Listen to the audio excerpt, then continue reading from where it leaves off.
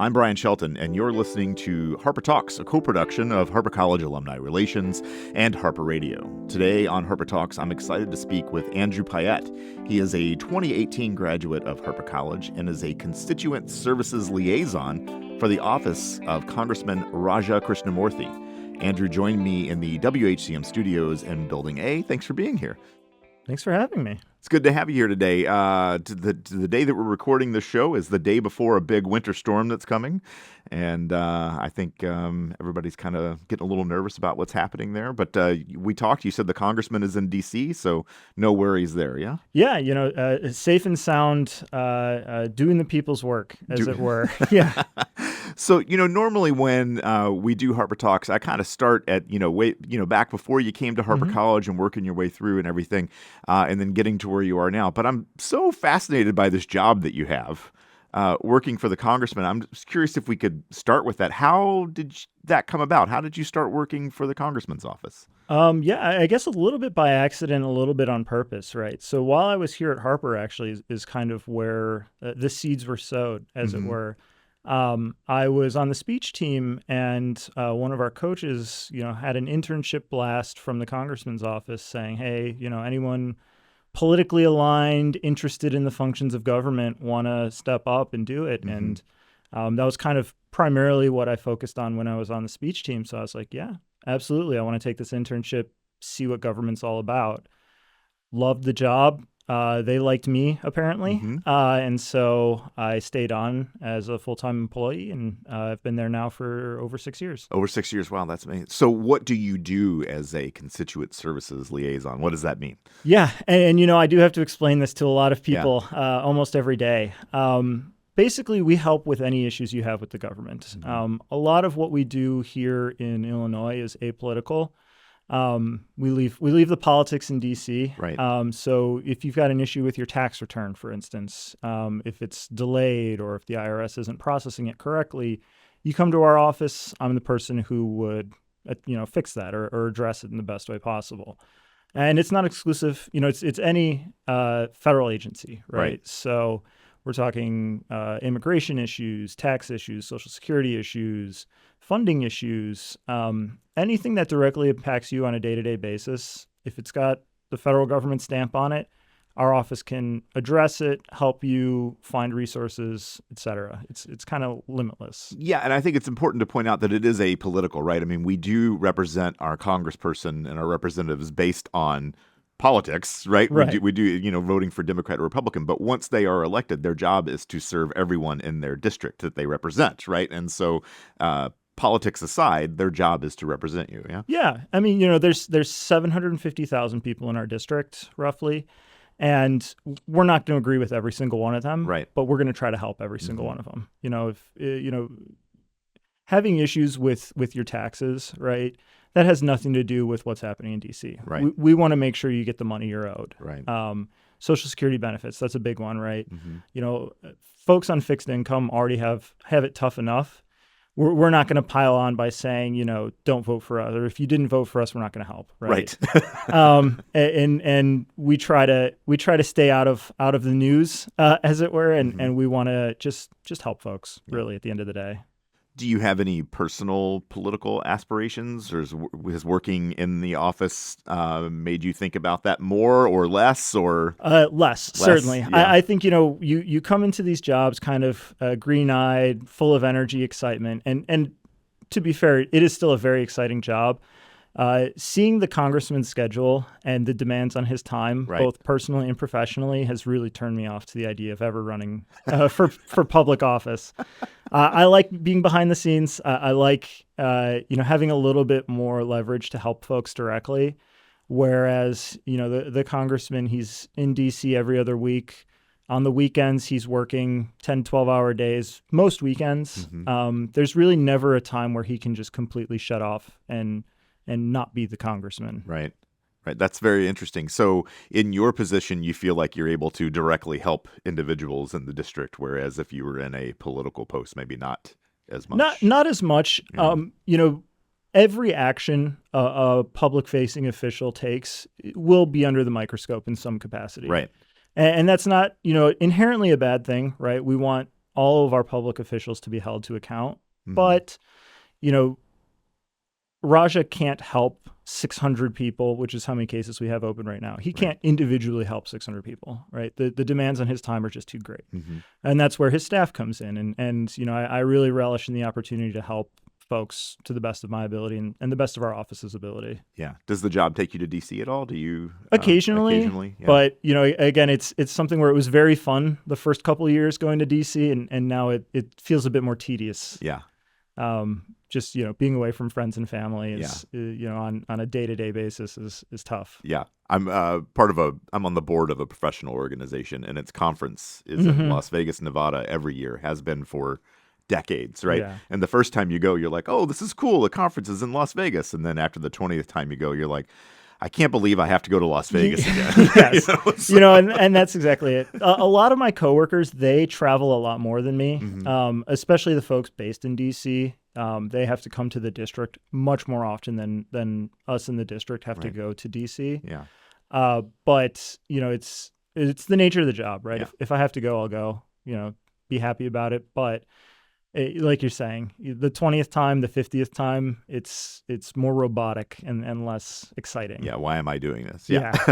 Okay. So that's what you're doing now. Let's go back in time here. How did you choose to come to Harper College? What was behind that decision-making process? Yeah. I mean, you know, I think it was born of convenience more than anything else. Right out of high school, I didn't really have a good idea of what I wanted to do with my life. I was at Indiana University for a year. Okay. Which was fun, you know, exciting, first time on your own. But I still, you know, I hadn't committed to a major, and you're spending $20,000, $30,000 a year when you have no idea what you want to do. It weighs on you. So I came back, took a few years off, just worked. Didn't like the jobs I was working. Wanted something a little bit more substantial. So I came to Harper, got my associates, and then went into the workforce. Yeah, I think that's a problem that so many folks have, is that there's this kind of push, like go to high school, graduate, go to a 4-year school, pick out a major, do your thing. And a lot of people just don't know what they want to do when they get there. And you're paying an awful lot of money to not know what you want to do, right? Right. Yeah. And you know, it's something where I, you know, did and did not know a lot of, what college was, what the workforce was. As everyone coming out of high school, they've got a rosy picture of what, you know, real world is like. But it was really nice. You know, I went to Buffalo Grove High School. I lived in Arlington Heights. So Harper was right here. It's a great institution, and it really helped me get my footing. Yeah, I think that's a real problem for a lot of people. I know me personally, I chose the wrong major and was in it for 2 years, and then, you know, that cost me a lot of money, right? And so I think about today, my daughter's 14, and we think about, like, where is she going to go to school? If she's going to go to college, like, what is that going to cost? And should you stay at home? Should you go to community college? That sort of thing, you know. And so I think a lot of people are also like emotionally unprepared to go to college too. Yeah, and you know, I think that even if you know exactly what you want to do, the cost of college is astronomical. Yes. Right. And so getting all your gen eds done here at Harper, which, you know, it's a fantastic institution, right? Right. It saves you tons of money. It gets you those life skills in a little bit less stressful environment, and then you're ready to hit the ground running. You know, so right now I'm at Northwestern finishing my bachelor's degree, and not having to take a math class or a science class anymore, and just finishing my public policy degree has helped my mental health, you know, insurmountably, because I don't remember how to do calculus. Right. You know, it's not applicable to my day job. So it was nice getting that out of the way, you know, in a less stressful environment, and being able to kind of focus on what I want to focus on. Yeah, makes a big difference. Makes a huge difference. While you were here, you were on the speech and debate team, which I've worked with over the years. They're in the same department as us. And what was that like? What's speech and debate? Tell people what that is. Oh my gosh. Yeah. If you like arguing, and if you like forcing people to listen to you to talk, I highly recommend it. No, you know, speech and debate, it was great. Professor Praise-Billow and Professor Sunderbrook, who I don't think is with the team anymore, but he was my debate coach. I mean, they're exceptionally smart, phenomenally driven folks who, you know, I think without joining the team, I would have had a lesser experience here at Harper. Right. But I lifelong friends that I still talk to on a daily basis. The speech and debate team itself, right? It's learning a lot of soft skills that you might not be comfortable with or might not otherwise get, just through a regular education. And, I cannot sing the praises highly enough of the speech and debate team and what it did for me. Yeah, it's always that term soft skills comes up a lot. And I always think about it in the complete opposite way, is that I think of them as being the hard skills, right? If you can't talk to people, if you can't communicate, then that's a hard skill, right? Yeah, yes. That's a great way of putting it. Yeah, and so if we have to learn that and do that, and if employers are saying we need people who can critically think and speak and talk to people, then that's a hard skill, right? Yeah. And like you're saying, it's more than just public speaking, which is terrifying for a lot of folks, right? Rightfully so, right? But it's analytic, it's practice, repetition, it's thinking on your feet, a lot of things that really help you in ways that you would never think, right? And not just in formal settings, not giving a presentation to your boss at work, but trying to network, trying to make new friends.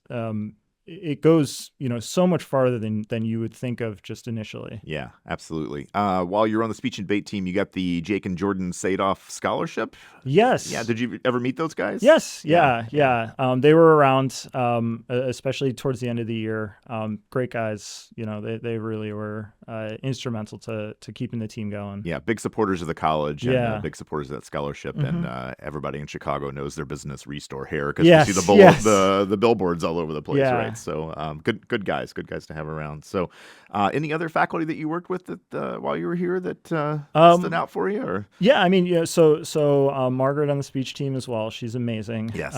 Professor Long, also a speech coach. Oh my gosh, Kevin Long. Yeah. The Energizer Bunny. Yes. Yes. Yeah. And I had his class actually before I joined the speech team. And, if he wants to take credit for me finding the inspiration, absolutely I'll give it to him. But someone who's just like extraordinarily passionate, right? Yeah. And incredibly knowledgeable. It's the type of teacher that, you want your kids to have. Right. And he really is someone who inspired me a lot. That's fantastic. I ran into him getting coffee this morning, and as you know, Kevin drinks gallons of coffee. Yeah. So, he has to maintain that energy. That level of energy. Yeah. And anybody who's listening who knows Kevin Long, that energy and that vibe that he puts off all day long is totally real. Mm-hmm. And it's amazing that he's able to do that.